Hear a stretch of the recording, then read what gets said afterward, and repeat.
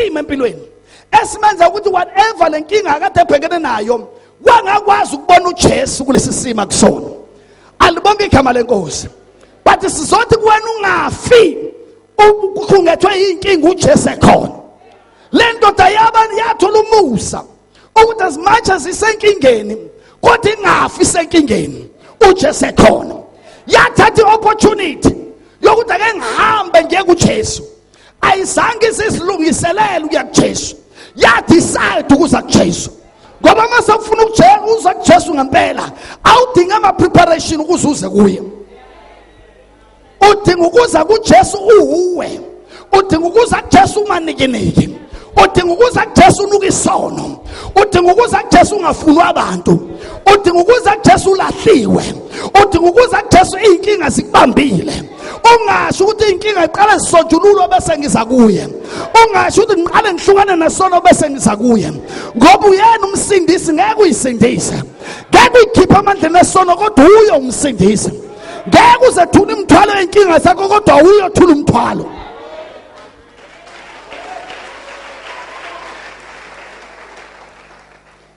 You see many people mabefuna ukuza kuJesu they are always saying it's not the right time. Ngaso sonke isikhathi when God is inviting them, when God is saying come to me, they always say akabi isikhathi esi-right. Ngoba mhlawumbe uzibuka ukuthi usanenkinga yophuzo, ngoba mhlawumbe uyibona usanenkinga yalokuya nalokuya, abona ukuthi akabi isikhathi esi-right.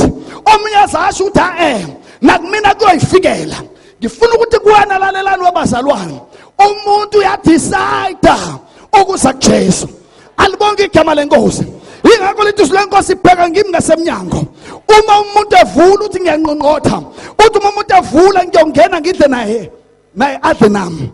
Uthi uJesu is knocking at your heart. Uthi uJesu unqonqoza enhlizweni yakho. When you hear the knock of God, it's very important that you open the door and allow him ukuthi angene. Noma bekuthiwa kwakhe akukho clean, noma bekuthiwa kwakhe ifurnish ayikho right, ngikhuluma ngokuphila kwakho, ngikhuluma ngawuqobo ozazi ukuthi nginenkinga yokuthethelela, nginenkinga yokudlula intweni, nginenkinga yalokuya nalokuya. But you come to Jesus as you are. There is one thing that I guarantee about my Jesus is that when you come to him he will change your life. Akazuqina ngokushintsha impilo yakho, God he will also change your story.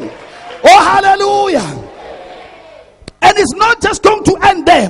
He will also change your situation. Alibonke igama lenkosi. Awazi ukumvumelela uJesu impilo yakhe ingashintshi. Awazi ukumvumelela uJesu isimo sakho singashintshi. He will change your story. He is the story changer.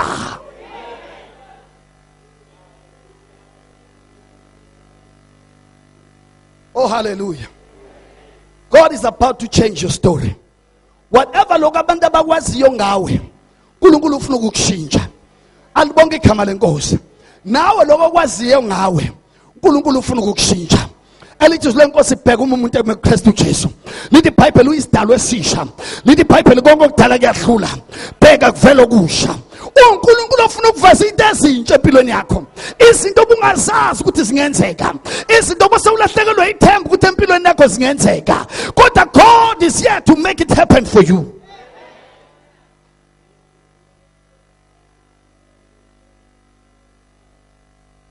When you think you are weak, he has come in your life to give you strength. Apostle Paul I can do all things through Christ who strengthens me. He has come for those who are rejected.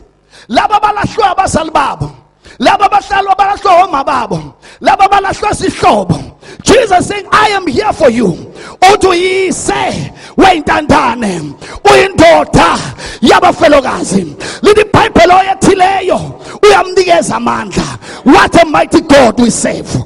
Alibonke igama lenkosi.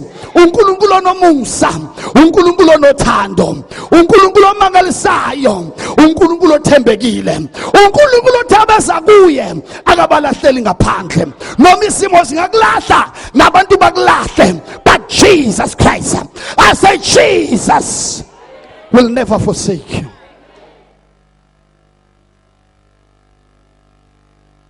Bantu abaningi bazilibazisa ekuphileni kwabo. baphile impilo yosizi, baphile impilo yokunqotshwa izimo, baphila impilo yokubalisa, baphila impilo ene-pain phakathi. And into ebuhlungu kuko konke lokho, bathi uNkulunkulu wami, why uvumela izimo zenzeke kanje kimi? Because bacabanga ukuthi yonke ipain nobuhlungu ababhekana nabo empilweni bulethwa uNkulunkulu empilweni zabo.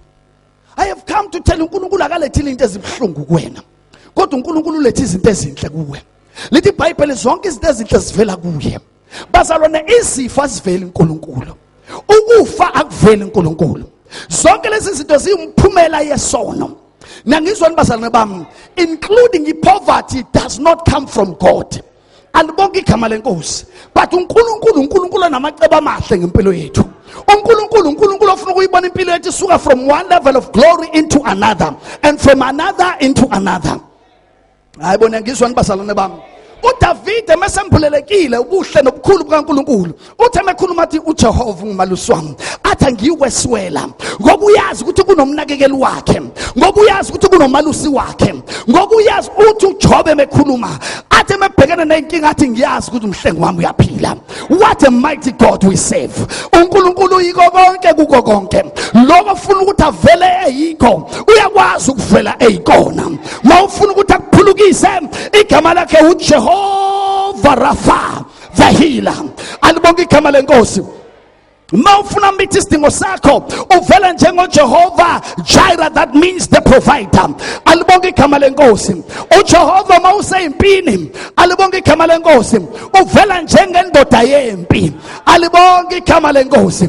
Ingakho uDavid uthi noma ngihamba esigodini sethu lokufa athi angikwesabo kubi ngoba wena unami. Hey, ngizokunikeza uNkulunkulu ophilayo, ngizokunikeza uNkulunkulu onamandla. Noma kuthiwa sewalahlwa amadlozi akini, but Jesus can do something about your life.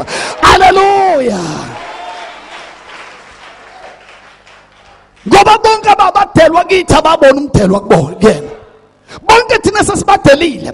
Ingane zakho sewukhuluma nazo, wazi wathi sengikhathele le ngane. Kambe verse isizukulwane esiqalekisiwe ukhuluma konke amazwi ngoba sewukhulumile njengomzali, kodwa konke ukukhuluma kwakho kuye ngathi akuhambi. If ingane yakhe ingathintwa isandla sasezulwini, leyo ngane yoshintsha ibe isibusiso in that family, ngoba ukwazi ukuhlangana noJesu impilo yakhe ingashintshi. Ngahlangana nesonto ingashintshi impilo yakho, but mawuhlangane noJesu, alibonge igama lenkosi. Khuluma ngalovukile mina kwabafile, ngikhuluma ngolo hlezi kwesokunene sikaNkulunkulu, ngikhuluma ngalo zobuya masinyane ezolanda ibandla lakhe, ngikhuluma ngalothe unathi ngomoya wakho engcwele. Alibonge igama lenkosi, alibonge igama lenkosi. Mawuhlangane noJesu futhi wamkholwa, hey, ngoba baningi abahlangana naye bangamkholwa. Wafika ngelinye ilanga edolobheni akhulela kulona, bathi bembuka bathi lena indodana yombazi, bangakholwa uye. Wafika kumaJuda angakholwa uye, kodwa siyambonga uNkulunkulu. Elithi iBhayibheli bonke, oh my God, my Father, bonke abamamukelayo, lithi iBhayibheli wabapha amandla ukuthi babe ngabantwana bakaNkulunkulu. Ngizothi kunamandla angehliselwa phezu kwempilo yakho when you accept Jesus Christ as your Lord and Savior. Alibonke igama lenkosi. Because eternity yakho it's not safe without Jesus. Into ezogaranta ukuphila kwakho ngunaphakade ukuba uthathe uJesu menze inkosi nomsindisi wempilo yakho. Ayibo mane khona amakholo nithi amen. Mane khona nithi amen.